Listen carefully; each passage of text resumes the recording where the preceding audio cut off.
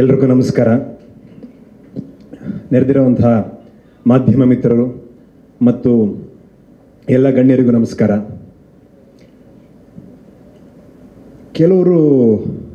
ಕೆಲವ್ರನ್ನ ದೂರದಿಂದ ನೋಡಿದಾಗ ಜಾಸ್ತಿ ಅಭಿಮಾನ ಇರುತ್ತೆ.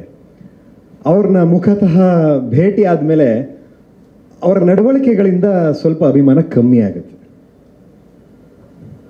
ಇನ್ನು ಕೆಲವ್ರನ್ನ ದೂರದಿಂದ ನೋಡಿರ್ತೀವಿ, ಇಷ್ಟಪಟ್ಟಿರ್ತೀವಿ, ಒಂದು ತಕ್ಕ ಮಟ್ಟಿಗೆ ಅಭಿಮಾನವೂ ಇರುತ್ತೆ.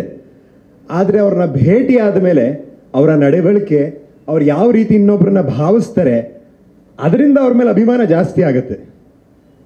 2006ರಲ್ಲಿ ಸೇವಂತಿ ಅಂತ ಒಂದು cinema, Vijay Raghavendra sir hero, Ramya madam heroine ಮತ್ತು ಕಲಾ ಸಾಮ್ರಾಟ್ ಎಸ್ ನಾರಾಯಣ್ ಸರ್ ನಿರ್ದೇಶಕರು. ಅದರ ಧ್ವನಿ ಸಿರುಳಿ ಬಿಡುಗಡೆ ಒಂದು ಕಾರ್ಯಕ್ರಮ. ನನಗವಾಗ 10 ವರ್ಷ ವಯಸ್ಸು. ಹೋಗಿದ್ದೆ, ಒಬ್ಬರು ಸ್ಟಾರ್ ನಟರು ಬಂದಿದ್ದರು, ನನ್ನ ಕುಟುಂಬದ ಜೊತೆ ಹೋಗಿದ್ದೆ. ಅವ್ರ ಜೊತೆ ಒಂದು ಫೋಟೋ ತೆಗೆಸ್ಕೋಬೇಕಲ್ಲ ಅಂತ ಕೇಳಿದೆ. ಹೇಗೋ ಮಾಡಿ ಕರ್ಕೊಂಡು ಹೋದರು. ಅವ್ರನ್ನ ಫೋಟೋ ಅಂತ ಕೇಳಿದ್ಕೆ, ಏನು ಮಾಡ್ತಿದ್ಯಮ್ಮ, ಏನು ಎತ್ತಂತೆ, ಏನೋಗ್ತಿದ್ಯಲ್ಲ ಕೇಳಿ ತೊಡೆ ಮೇಲೆ ಕೂರಿಸ್ಕೊಂಡು, ನಾನು ಯಾರು ಏನೋ ಅಂತ ಗೊತ್ತಿಲ್ಲ, ತೊಡೆ ಮೇಲೆ ಕೂರಿಸ್ಕೊಂಡು ಫೋಟೋ ಕೊಟ್ಟರು. ಅದೇ ನಮ್ಮ ಸ್ಯಾಂಡಲ್ವುಡ್ ಕಿಂಗ್ ಶಿವಣ್ಣ. ಅವತ್ತು ನಾನು ಅಭಿಮಾನಿ ಆಗಿದ್ದು, ಅವತ್ತು. ಅದಕ್ಕಿಂತ ಮುಂಚೆ ಅಫ್ಕೋರ್ಸ್ ನಾನು ಸಿನಿಮಾಗಳಲ್ಲಿ ನೋಡಿದ್ದೆ, ಅವ್ರ ನಟನೆ, ಅವ್ರ ಹಾಡು, ಅವ್ರ ನೃತ್ಯ, ಅದೆಲ್ಲದೂ ಇಷ್ಟಪಟ್ಟಿದ್ದೆ. ಆದರೆ ಒಬ್ಬ ಅಭಿಮಾನಿ ಅಂತ ಆಗಿದ್ದು ಅವ್ರು ಯಾವ ರೀತಿ, ನಾನು ಯಾರು ಏನು ಎತ್ತ ಅಂತ ಗೊತ್ತಿಲ್ಲದಲೇ ಇದ್ರೂ ಕೂಡ ಅವತ್ತು ನನ್ನ ಜೊತೆ ಯಾವ ರೀತಿ ನಡ್ಕೊಂಡ್ರು, ಅವತ್ತು ನಾನು ಅವ್ರಿಗೆ ಅಭಿಮಾನಿ ಆದೆ. ಅದಾದ ನಂತರ 2014-15ರಲ್ಲಿ ನಾನು ಬ್ರಿಟನ್ನಲ್ಲಿ ಲಾ ಓದಬೇಕಾದ್ರೆ ಏರ್ಪೋರ್ಟ್ನಲ್ಲಿ ನೋಡಿದೆ, ಅವರು ದುಬೈಗೆ ಹೊರಟಿದ್ರು. ನಾನು ಆ ಚಿಕ್ಕ ವಯಸ್ಸಿನ ನೆನಪು ಹೊಡೋದು. ಮತ್ತೆ ನಾನು ಹಣ ಒಂದು ಫೋಟೋ ಅಂತ ಕೇಳಿದೆ. ಒಂದೇ ನಿಮಿಷ ನಮ್ಮ ಬರ್ತೀನಿ, ಬ್ಯಾಗ್ ಡ್ರಾಪ್ ಮಾಡಿ ಬರ್ತೀನಿ ಅಂತ ಲಗೇಜ್ ಡ್ರಾಪ್ ಮಾಡಿ ಬಂದು ಫೋಟೋ ಕೊಟ್ಟೋದ್ರು. ಅವತ್ತು ಗೊತ್ತಿಲ್ಲ ಅವ್ರಿಗೆ ನಾನು ಯಾರು, ಏನು ಎತ್ತ, ಏನೂ ಐಡಿಯಾ ಇಲ್ಲ. ಅಷ್ಟು ಬ್ಯುಸಿ ಮಧ್ಯೆ ಕೂಡ ಬಂದು ಫೋಟೋ ಕೊಟ್ಟೋದ್ರು. ಅದಾದಮೇಲೆ 2016ರಲ್ಲಿ ಶಿವಲಿಂಗ ಸಿನಿಮಾ ಲಂಡನ್ನಲ್ಲಿ ಬಿಡುಗಡೆ ಆಗಿತ್ತು. ಅವ್ರ ಕುಟುಂಬ ಸಮೇತರಾಗಿ ಅವತ್ತು ಬಂದಿದ್ರು. ಅವತ್ತು ಸುಮಾರು 100 ಜನ ಕನ್ನಡಿಗರು ಎಲ್ಲ ಸೇರಿದ್ರು. ನಾನು ಅವತ್ತು ಗಮನಿಸಿದ್ದೇನೆಂದರೆ, ಅಷ್ಟು ಜನಕ್ಕೆ ತಾಳ್ಮೆಯಿಂದ ಪ್ರತಿಯೊಬ್ಬರಿಗೂ ಫೋಟೋ ಕೊಟ್ಟರು, ಪ್ರತಿಯೊಬ್ಬರಿಗೂ ಕೊಟ್ಟರು. ನಾನು ಅವತ್ತು ಅಂದ್ಕೊಂಡೆ, ನಿಜವಾಗ್ಲೂ ಚಿತ್ರರಂಗಕ್ಕೆ ಬರುವಂತಹ ನಟರಿಗೆ ಇಂಥವ್ರಲ್ವೇನಪ್ಪ ನಮಗೆ ಮಾದರಿ ಆಗ್ಬೇಕಿರೋರು. ಈ ಥರ ನಡವಳಿಕೆ ಅಲ್ವಾ ಎಲ್ಲರೂ ಇಂಬೈಬ್ ಮಾಡ್ಕೋಬೇಕಾಗಿರುವಂಥದ್ದು, ಅಳವಡಿಸ್ಕೋಬೇಕಾಗಿರುವಂಥದ್ದು. ಅಣ್ಣವ್ರು ಹಂಗಿದ್ರು ಹಿಂಗಿದ್ರು ಅಂತ ಎಲ್ಲರೂ ಹೇಳೋದು ಕೇಳಿದ್ದೀವಿ. ನಾವು ಅಣ್ಣವ್ರನ್ನ ನೋಡಿಲ್ಲ, ನಾನು ನೋಡೋಕ್ಕಾಗಲಿಲ್ಲ, ನಮ್ಮ ಜನ್ರೇಷನ್ ನಾವು ನೋಡೋಕ್ಕಾಗಲಿಲ್ಲ. ಆದರೆ ಶಿವಣ್ಣನ ನೋಡಿದಾಗ ಬಹುಶಃ ಅಣ್ಣವರು ಹಿಂಗೆ ಇದ್ರೇನೋ ಅಂತ ನಾವು ಭಾವಿಸ್ಬೋದು. ಯಾಕೆಂದರೆ ಬರುವಂಥ ನಮ್ಮಂಥ ಯುವ ನಟರಿಗೆ, ಹೊಸಬರಿಗೆ ಯಾವ ರೀತಿ ನಡ್ಕೋಬೇಕು, ಜನರ ಹತ್ರ ಯಾವ ರೀತಿ ನಡ್ಕೋಬೇಕು, ಯಾರೋ ಒಂದು ಫೋಟೋ ತೆಗೆಸ್ಕೊಳಕ್ಕೆ ಬಂದವ್ರ ಹತ್ರ ಯಾವ ರೀತಿ ನಡ್ಕೋಬೇಕು, ಯಾರೋ ಅಭಿಮಾನಿಗಳು ಇಷ್ಟಪಡೋವಂಥವ್ರು ಬಂದಾಗ ಅವ್ರನ್ನ ಯಾವ ರೀತಿ ನಾವು ನಡೆಸ್ಕೋಬೇಕು. ಇವತ್ತು ಅಪ್ಪು ಸರ್ ನಮ್ಮ ಜೊತೆ ಇಲ್ಲ. ಅವ್ರು ಯಾವ ಕಾರಲ್ಲಿ ಓಡಾಡ್ತಿದ್ರು, ಎಂಥ ಮನೇಲಿದ್ದರು, ಏನು ಐಷಾರಾಮಿ ಜೀವನ ನಡೆಸ್ತಿದ್ರು, ಇದು ಯಾವುದೂ ನೆನಪಿಲ್ಲ ನಮಗೆ. ನಾವು ಅವ್ರನ್ನ ಭೇಟಿ ಆದಾಗ ನಮ್ಮನ್ನು ಯಾವ ರೀತಿ ನಡೆಸ್ಕೊಂಡ್ರು ಅನ್ನೋದು ಒಂದೇ ನೆನಪಲ್ಲಿರೋದು, ಅದು ಒಂದೇ ನೆನಪಲ್ಲಿರೋದು, ಅದು ಒಂದೇ ಉಳಿಯೋದು ಕೂಡ, ಅದು ಒಂದೇ ಉಳಿಯೋದು ಕೂಡ. ಈ ಕಥೆನ ಮೊದಲು ಅಪ್ಪು ಸರ್ 2 ಸಲ ಕೇಳಿದರು. ಅವತ್ತು ನಾನು ಶಿವಣ್ಣನ ಕೂಡ ಅದೇ ಹೇಳ್ತಾ ಇದ್ದೆ. ಅವತ್ತು ಕಥೆ ಕೇಳಿದಾಗ ಕೂಡ ಅಪ್ಪು ಸರ್ ಒಂದು ಮಾತು ಹೇಳಿದರು, ಇದೊಂದು ಕಲ್ಟ್ ಸಿನಿಮಾ ಇದ್ದಂಗಿದೆಯಮ್ಮ, ನಮ್ಮ ಸೌತ್ ಇಂಡಿಯಾದಲ್ಲೇ ಯಾರೂ ಮಾಡಿಲ್ಲ ಅಂತ ಹೇಳ್ತಾ ಇದ್ರು. ನಾವು ಕ್ಲೈಮ್ಯಾಕ್ಸ್ ಸಿನಿಮಾದ ಕಂಠೀರವದಲ್ಲಿ ಕ್ಲೈಮ್ಯಾಕ್ಸ್ ಚಿತ್ರೀಕರಣ ಸಂದರ್ಭದಲ್ಲೂ ಕೂಡ ಶಿವಣ್ಣ ಸೆಟ್ಟಿಗೆ ಬಂದಿದ್ರು. ನಮ್ಮ ನಿರ್ದೇಶಕರಾದಂಥ ಸಿಂಪಲ್ ಸುನಿ ಸರ್ ಕೇಳಿದ್ದು, ಏನೋ ಒಂದು ಕಾರ್ಯಕ್ರಮ ನಡೀತಾ ಇತ್ತು ಅಂತ ಹೇಳಿ ಅಲ್ಲಿ ಶಿವಣ್ಣ ಇದ್ರು ಅಂತ ಹೇಳಿ ಹೋಗಿ ಕರೆದು ಬಂದಿದ್ರು. ಶಿವಣ್ಣ ಯಾವಾಗ ಬರ್ತಾರೆ ನಮಗೆ ಗೊತ್ತಿಲ್ಲ, ಇವ್ರು ಕರೆದು ಬಂದಿದ್ದಾರೆ, ನಮ್ಮ ಪಾಡಿ ನಾವು ಶೂಟಿಂಗ್ ಮಾಡ್ತಾ ಇದ್ದೀವಿ. ಅವ್ರು ಒಬ್ರಿಗೂ ಹೇಳದಲ್ಲೇ ಜೊತೆಲಿ ಒಬ್ಬರೇ ಸಿಂಗಲ್ ಆಗಿ ಅವ್ರ ಜೊತೆ ಒಬ್ರು ಅಸಿಸ್ಟೆಂಟ್ ಕರ್ಕೊಂಡು ಹೋಗಿ ಒಂದು ಸೈಲೆಂಟಾಗಿ ಯಾವುದೋ ಮೂಲೆಯಲ್ಲಿ ನಿಂತ್ಕೊಂಡು ಶೂಟಿಂಗ್ ನೋಡ್ತಾ ಇದ್ದಾರೆ. ನಮಗೆ ಗೊತ್ತೇ ಇಲ್ಲ, ಅವ್ರು ಬಂದು 5-6 ನಿಮಿಷ ಮೇಲಾಗ್ಬಿಟ್ಟಿದೆ. ಆಮೇಲೆ ಶಿವಣ್ಣ ಬಂದರು ಅಂತ ಎದ್ನು ಬಿದ್ದು ಅಂತ ಎಲ್ಲ ಹೋದ್ವಿ. ಅವತ್ತು ಕೂಡ ಸಿನಿಮಾದ ಫುಟೇಜ್ಗಳು, ರಶಸ್ಗಳೆಲ್ಲ ನೋಡಿ ಅವರು ತುಂಬ ಚೆನ್ನಾಗಿದೆ, ಒಂದು ಅಗಲು ನೋಡಿದ್ರೆ ಸಾಕು ಗೊತ್ತಾಗುತ್ತೆ ಅನ್ನ ಬೆಂದಿದೆಯೋ ಇಲ್ವೋ ಅಂತ. ಹಂಗೆ ಇಷ್ಟು ನೋಡಿದ್ರೆ ಗೊತ್ತಾಗುತ್ತೆ ಸಿನಿಮಾ ಒಂದು ಭಾಳ ಟೇಸ್ಟ್ಫುಲ್ ಆಗಿ ಮಾಡಿದ್ದೀರಾ ಅಂತ. ಮೊದಲನೇ ಸಿನಿಮಾದ ನಟ ಅಂತ ಅನ್ನಿಸ್ತಿಲ್ಲ ಅಂತಲೂ ಅವತ್ತು ಹೇಳಿದ್ರು. ಮತ್ತೆ ಅವ್ರಿಗೆ ಶೋರಿಲು ಮತ್ತು ಬೇರೆ ಬೇರೆ ತೋರಿಸ್ದಾಗ್ಲೂ ಹೇಳಿದ್ರು, ಪಾಪ ಈಗಲೂ ಅದೇ ಹೇಳ್ತಾ ಇದ್ರು. ಭಾಳ ಖುಷಿ ಆಗುತ್ತೆ. ನಮ್ಮ ಪೀಳಿಗೆಗೆ ಯಾರನ್ನೋ ಒಬ್ರನ್ನ ನೋಡ್ಬೋದು, ನೋಡಿ ಈ ಥರ ಇರಬೇಕಪ್ಪ ಅಂತ ತೋರಿಸೋದಕ್ಕೆ ಒಂದು ಫಿಗರ್ ಇದೆ ನಮ್ಮಲ್ಲಿ ಅಂತ ಹೇಳೋದಕ್ಕೆ ಬಹಳ ಖುಷಿ ಆಗುತ್ತೆ. ಮುಖ್ಯವಾಗಿ ಆ್ಯಕ್ಚುಲಿ ನನ್ನ ಮಾತುದ್ದಕ್ಕೂ ಶಿವಣ್ಣ ಅಣ್ಣ ಅಣ್ಣ ಅಂತ ಹೇಳ್ತಾ ಇದ್ದೀನಿ. ಬಟ್ ತಮಾಷೆ ಏನು ಅಂದರೆ, ಅವರ ಹುಟ್ಟಿದ ದಿನ 12 ಜುಲೈ 1962. ನಮ್ಮ ತಂದೆಯವರು ಹುಟ್ಟಿದ ದಿನ 13 ಜುಲೈ 1962. ಒಂದಿನ ನಮ್ಮ ತಂದೆಯವರೇ ಚಿಕ್ಕವರು. ಯಾಕೆ ಹೇಳಿದೆ ಅಂದರೆ, ನಮಗೆ ತಂದೆ ಸಮಾನರು, ಆದರೆ ಪಕ್ಕದಲ್ಲಿ ನಿಲ್ಸಿದ್ರೆ ಅಣ್ಣ ಅಂತ ಹೇಳಬೇಕು ಅನಿಸುತ್ತೆ. ಅವ್ರು ಇವತ್ತಿಗೂ ಅದೇ ಎನರ್ಜಿ. ಅದು ಯಾವ ರೀತಿ ಅವರು ಮೇಂಟೈನ್ ಮಾಡಿದಾರೆ ಗೊತ್ತಿಲ್ಲ. ಆರೋಗ್ಯದ ಏನೇ ಸಮಸ್ಯೆಗಳು ಬಂದರೂ ಕೂಡ ಅದನ್ನೆಲ್ಲ ಫೈಟ್ ಮಾಡಿ ಒಬ್ಬ ಫೈಟರ್ ಥರ ಇವತ್ತು ಸ್ಟ್ರಾಂಗ್ ಆಗಿ ಗಟ್ಟಿಯಾಗಿ ನಿಂತಿದ್ದಾರೆ. ಅವ್ರಿಗೆ ಭಗವಂತ ಅವ್ರನ್ನ ಶತಾಯುಷಿಯಾಗಿಟ್ಟಿರಲಿ. ಅವ್ರು ಹೀಗೆ ಚಿಕ್ಕವ್ರನ್ನ, ದೊಡ್ಡವ್ರನ್ನ, ಹೊಸಬ್ರನ್ನ ಎಲ್ಲರನ್ನೂ ಆಶೀರ್ವಾದ ಮಾಡ್ತಾ ಅವ್ರು ಶತಾಯುಷಿಯಾಗಿರಲಿ ನಮ್ಮ ಮಧ್ಯೆ ಅಂತ ನಾವು ಆಶಿಸ್ತೀವಿ. ಮುಖ್ಯವಾಗಿ ನಾನು ಸಿನಿಮಾ ಬಗ್ಗೆ ಯಾವಾಗಲೂ ಮಾತಾಡ್ತಾ ಹೇಳ್ತಾ ಇರ್ತೀನಿ. ಸಿನಿಮಾ ಅಂದರೆ ನನಗೆ ಮ್ಯಾಜಿಕ್ ಅಂತ ಅನ್ನಿಸ್ತಿತ್ತು ಚಿಕ್ಕ ಹುಡುಗ ಇದ್ದಾಗಿಂದ. ಅಲ್ಲಿ ಪರದೆ ಮೇಲೆ ಅಣ್ಣವರು ಹಾಡ್ತಿದ್ರೆ, ಓ ನಿಜ ಹಾಡ್ತಿದಾರವರು ಅಂತ ಅನ್ಕೊತಾ ಇದ್ದೆ. ಅವ್ರ ಹತ್ರ ನಾನಿಲ್ಲಿ ಅಳ್ತಾ ಇದ್ದೆ. ಅಲ್ಲಿ ಯಾರೋ ಒಂದು ಸಾಯೋ ಪಾತ್ರ ಮಾಡ್ತಿದ್ರೆ ಇಲ್ಲಿ ನಮಗೆ ಕರಳು ಕಿತ್ತು ಬರೋದು. ಸೊ ಇದೆಲ್ಲ ನನಗೆ ಮ್ಯಾಜಿಕ್ ಥರ ಕಾಣ್ತಾ ಇತ್ತು. ಆದರೆ ನನ್ನ ಜೀವನದಲ್ಲೂ ಒಂದು ಮ್ಯಾಜಿಕ್ ನಡೆದಿದೆ. ಇವತ್ತು ನನ್ನ ಜೀವನದಲ್ಲೂ ಒಂದು ಮ್ಯಾಜಿಕ್ ನಡೆದಿದೆ ಅಂತ ಹೇಳೋದಕ್ಕೆ ಬಹಳ ಖುಷಿ ಆಗುತ್ತೆ. ಸಿಂಪಲ್ ಸುನಿ ಸರ್ ಒಬ್ಬ 10 ಚಿತ್ರಗಳ ನಿರ್ದೇಶನ ಮಾಡಿರುವಂತಹ ಒಬ್ಬ ನಿರ್ದೇಶಕರು ತನ್ನ ಜೀವನದ ಕನಸಿನ ಕೂಸು ಗತವೈಭವ, ನನ್ನ ಡ್ರೀಮ್ ಪ್ರಾಜೆಕ್ಟ್ ಅಂತ ಅವ್ರು ಬಂದು ಹೇಳ್ತಾರೆ. 19 ಸಿನಿಮಾ 3 ಬೇರೆ ಭಾಷೆಗಳಲ್ಲಿ ಮಾಡಿರುವಂಥ ಆಶಿಕಾ ರಂಗನಾಥ್ ಅಂತ ಒಬ್ಬ ನಟಿ. ನಾನು ಮೊದಲನೇ ಸಿನಿಮಾದಲ್ಲಿ ಅವ್ರ ಜೊತೆ, ಅವರ 19 ಸಿನಿಮಾದ ಅನುಭವದ ಜೊತೆ ಅವ್ರ ಜೊತೆ ನಾನು ಕೆಲಸ ಮಾಡುವಂಥ ಅವಕಾಶ. ಅದೇ ರೀತಿ 28 ಚಿತ್ರಗಳಲ್ಲಿ ಸಂಗೀತ ಸಂಯೋಜನೆ ಮಾಡಿರುವಂಥ ಸಂಗೀತ ನಿರ್ದೇಶಕರಾದಂಥ ಜೂಡಾ ಸ್ಯಾಂಡಿ ಸರ್, ವಿಲಿಯಂ ಡೇವಿಡ್ ಸರ್, ಎಂತೆಂಥ ಚಿತ್ರಗಳು ಕೊಟ್ಟಿರುವಂಥ ಛಾಯಾಗ್ರಾಹಕರು. ಕೇಡಿ ಮುಂದೆ ಅವ್ರ ಕೇಡಿ ಚಿತ್ರ ಕೂಡ ಬರ್ತಾ ಇದೆ. ಈ ಹಿಂದೆ ವಿಕ್ರಾಂತ್ ರೋಣ, ರಂಗಿತರಂಗ, ರಾಜರಥ ಅಂತ ಸಿನಿಮಾಗಳು ಮಾಡಿದ್ದಾರೆ. ನಮ್ಮ VFX ಸೂಪರ್ವೈಸರ್, ಆಶ್ಚರ್ಯ ನೋಡಿ, ಒಬ್ಬ ರಾಧೇಶ್ಯಾಮ್, ಒಂದು ಪುಷ್ಪ ಅಂತ ಚಿತ್ರಗಳನ್ನ ಮಾಡಿರುವಂಥ VFX ಅವರು ನಮ್ಮ ಕನ್ನಡದ ಗತವೈಭವ ಚಿತ್ರ ಮಾಡ್ತಾ ಇದ್ದಾರೆ.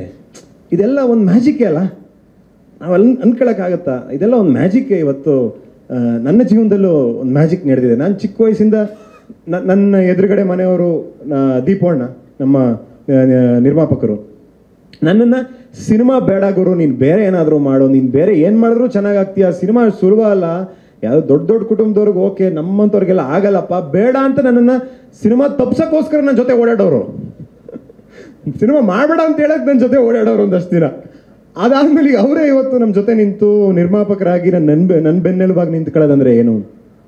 ಈ ರೀತಿ ವರ್ಷಿಣಿ ಅವರು ನಿಜವಾಗ್ಲೂ ಕಾಸ್ಟ್ಯೂಮ್ಸು ಇವತ್ತು ಏನಾದರೂ ಒಂದಷ್ಟು ಅಥೆಂಟಿಸಿಟಿ ಕಾಣ್ತಿದೆ ನಾವು ಹಾಕಿರೋವಂಥ ಉಡುಪುಗಳಲ್ಲಿ ಅಂತಂದರೆ ಅದರಲ್ಲಿ ಸ್ಟೈಲಿಸ್ಟ್ ವರ್ಷಿಣಿ ಅವ್ರದ್ದು ಪಾತ್ರ ತುಂಬ ದೊಡ್ಡದಿದೆ. ನಮ್ಮ ದಯಣ್ಣ ಅವ್ರ ಪಾತ್ರ ಇದೆ.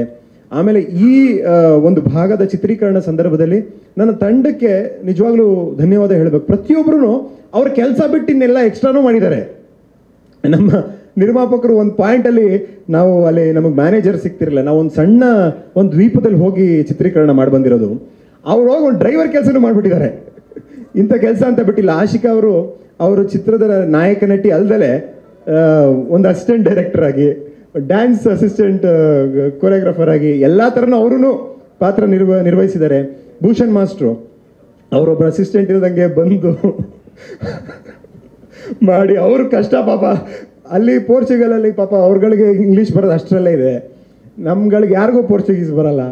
ಸೊ ಅದೊಂದು ರೀತಿ ಒಂದು ಬೇರೆ ಒಂದು ಅನುಭವ. ನಮ್ಮ ಚಿರು ಕೂಡ ಒಂದು ಪಾತ್ರ ನಿರ್ವಹಿಸಿದ್ದಾರೆ, ತುಂಬ ಅಚ್ಚುಕಟ್ಟಾಗಿ ಮಾಡಿದ್ದಾರೆ. ಹೀಗೆ ಎಲ್ಲರ ಶ್ರಮ ಇದೆ. ನಾನು ಒಂದು ಘಟನೆನ ಈ ಸಂದರ್ಭದಲ್ಲಿ ಜ್ಞಾಪಿಸ್ಕೊಳ್ಳೋಕೆ ಇಷ್ಟಪಡ್ತೀನಿ. 2018ರಲ್ಲಿ ನಾನು ಅಷ್ಟೊತ್ತಿಗೆ ಆಲ್ರೆಡಿ ನಾನು ಬೀದಿ ನಾಟಕ, ಡ್ರಾಮಾ, ಶಾರ್ಟ್ ಸಿನಿಮಾಗಳು ಮತ್ತು ಈ ಆ್ಯಕ್ಟಿಂಗ್ ಇನ್ಸ್ಟಿಟ್ಯೂಟ್ಸ್ ಈ ಥರದ್ದೆಲ್ಲ ನಾನು ಮಾಡ್ತಾ ಇದ್ದೆ ಅಷ್ಟೊತ್ತಿಗೆ ಆಲ್ರೆಡಿ. ನಮ್ಮ ತಂದೆಯವ್ರ ಹತ್ರ ಈ ವಿಚಾರವಾಗಿ ಅವ್ರಿಗೆ ಇಷ್ಟ ಇರಲಿಲ್ಲ. ಆ ಸಂದರ್ಭದಲ್ಲಿ ಅವ್ರ ಸ್ನೇಹಿತರು ಎಲ್ಲರೂ ಒಮ್ಮೆ ಊಟಕ್ಕೆ ಸೇರಿದಾಗ, ಮಗ ಇಷ್ಟೆಲ್ಲ ಆಸೆ ಪಡ್ತಾನೆ, ಒಂದು ಸಿನಿಮಾ ಮಾಡೋಕ್ಕೇನು ಅಂತ ಈ ಥರ ಚರ್ಚೆ ಆಯಿತು. ನಮ್ಮ ತಂದೆಯವ್ರು ಯಾವುದೋ 3 ಆಪ್ಷನ್ ಕೊಟ್ಟರು. ಈ ಮೂರು ಪ್ರೊಫೆಷನ್ ಬಿಟ್ಟು ಇನ್ನು ಬೇರೆ ಇನ್ನೇನೇ ಮಾಡಿದ್ರು ನಾನು ಸಪೋರ್ಟ್ ಮಾಡಲ್ಲ ಅಂತ ಇಂಡೈರೆಕ್ಟಾಗಿ ಸಿನಿಮಾಗೆ ನಂದಂತೂ ಸಪೋರ್ಟ್ ಇಲ್ಲ. ನಾನು ಅವತ್ತು ಅವ್ರಿಗೆ ಹೇಳಿದೆ, ಕಷ್ಟ ಅಂತ ಬಂದವ್ರು ಯಾರನ್ನೂ ನೀವು ಬರಿಗೈಯಲ್ಲಿ ಕಳಿಸಿಲ್ಲ, ಏನಾಗುತ್ತೋ ಸಹಾಯ ಮಾಡಿದ್ದೀರಾ. ಅವರೆಲ್ಲ ಹೋಗ್ಬೇಕಾರೆ ನಿನ್ನ ಹೆಂಡತಿ ಮಕ್ಳಿಗೆ ಒಳ್ಳೇದಾಗ್ಲಪ್ಪ ಅಂತ ಆಶೀರ್ವಾದ ಮಾಡಿದ್ದಾರೆ. ನಿಮ್ಮದು ಅಂತ ನನಗೇನು ದುಡ್ಡು ಬೇಡ, ಆ ಆಶೀರ್ವಾದ ಒಂದಿದೆ, ಅದು ನಾನು ಕಾಪಾಡುತ್ತೆ, ನೀವು ನನ್ನ ಬಗ್ಗೆ ತಲೆ ಕೆಡಿಸ್ಕೊಬೇಡಿ ಅಂತ ಅದು ಹೇಳಿ ಹೊರಟು ಬಂದೆ. ಬಹಳಷ್ಟು ದಿನ ನನ್ನ ಮನಸ್ಸಲ್ಲಿ ಒಂದು ನೋವು ಉಳ್ಕಂತು. ಯಾಕೆ ಒಂದು ಸಲ ನೋಡ್ಬೋದಲ್ಲ, ಏನಕ್ಕೆ ಇವರು ಏಕಾಏಕಿ ತಿರಸ್ಕಾರ ಮಾಡೋದೇನಕ್ಕೆ? ನಾನು ಶ್ರಮ ಪಡ್ತಿರೋದು, ನಾನು ಬೀದಿ ನಾಟಕ ಮಾಡ್ತಿರೋದು, ಡ್ರಾಮಾ ಮಾಡ್ತಿರೋದು ಇವ್ರು ಕಾಣ್ತಿಲ್ವಾ? ಒಂದು ಸಲ ನೋಡ್ಬೋದಲ್ಲ ಅಂತ ಅನ್ನಿಸ್ತಾ ಇತ್ತು. ಆದರೆ ಅವತ್ತು ಬಹಳ ನೋನಲ್ಲಿ ಒಂದು ಸಲ ನನಗೇನು ಪ್ರೇರೇಪಣೆ ಆಯಿತು ಗೊತ್ತಿಲ್ಲ, ನಾನು ಅಣ್ಣವ್ರ ಸಮಾಧಿಗೆ ಹೋದೆ. ಅಲ್ಲಿ 2 ವಿಚಾರ ನಾನು ತುಂಬ ಸೂಕ್ಷ್ಮವಾಗಿ ಗಮನಿಸಿದೆ. ಒಂದು, ಉದ್ದಕ್ಕೂ ಒಂದಷ್ಟು ಅವ್ರು ಮಾಡಿರುವಂಥ ವೈವಿಧ್ಯಮಯವಾದಂಥ ಪಾತ್ರಗಳದ ಪೋಸ್ಟರ್ಗಳನ್ನ ಹಾಕಿದರು. ಮತ್ತು ಇನ್ನೊಂದಷ್ಟು ಆ ವ್ಯಕ್ತಿ ದೈಹಿಕವಾಗಿ ನಮ್ಮನ್ನು ಅಗಲಿ 12 ವರ್ಷ ಆದಮೇಲೂ ಕೂಡ ಅಲ್ಲಿಗೆ ಜನ ಬರ್ತಾ ಇದ್ದಾರೆ, ಆಶೀರ್ವಾದ ತಗೊತಾ ಇದ್ದಾರೆ, ಅಲ್ಲಿ ಅವ್ರ ನಮಸ್ಕಾರಗಳನ್ನ ಸಲ್ಲಿಸ್ತಾ ಇದ್ದಾರೆ, ಅಲ್ಲಿ ಆಶೀರ್ವಾದ ಪಡ್ಕೊತಾ ಇದ್ದಾರೆ. ನಾನು 2 ವಿಚಾರ ಬಹಳ ಸೂಕ್ಷ್ಮವಾಗಿ ನನ್ನ ಮನಸ್ಸಲ್ಲಿ ಉಳ್ಕಂತು. ಒಂದು, ದೈಹಿಕವಾಗಿ ಆ ವ್ಯಕ್ತಿ ನಮ್ಮನ್ನು ಅಗಲಿ 12 ವರ್ಷ, ಅವತ್ತಿಗೆ 12 ವರ್ಷ ಆಗಿದ್ರು ಕೂಡ ಇವತ್ತಿಗೂ ಜನರ ಮನಸ್ಸಲ್ಲಿ ಅವ್ರು ಇದ್ದಾರಲ್ಲ. ಒಬ್ಬ ಕಲಾವಿದನಿಗೆ ಈ ಕರ್ನಾಟಕ ರಾಜ್ಯದ ಜನ ಯಾವ ರೀತಿ ಪ್ರೀತಿ ಕೊಡ್ತಾರೆ. ನೀವು ನಿಜವಾಗ್ಲೂ ಕಲಾ ಸರಸ್ವತಿನ ಪ್ರೀತಿಸಿ ನಿಮ್ಮನ್ನು ನೀವು ಅರ್ಪಿಸಿದ್ರೆ ಎಷ್ಟು ನಾವು ಪ್ರೀತಿಸ್ತೀವಿ ನೋಡಿ ಅಂತ ತೋರಿಸ್ಕೊಟ್ಟಿದ್ದಾರೆ ಕರ್ನಾಟಕದ ಜನ. ಆ ಪ್ರೀತಿಗಿಂತ ದೊಡ್ಡದು ಇನ್ಯಾವುದು ಸ್ಥಾನಮಾನ ಇನ್ನೊಂದು ಮತ್ತೊಂದು ಯಾವುದೂ ಇಲ್ಲ, ಅದೇ ಎಲ್ಲದಕ್ಕಿಂತ ದೊಡ್ಡದು ಅಂತ ಅನ್ನಿಸ್ತು. ಒಂದು.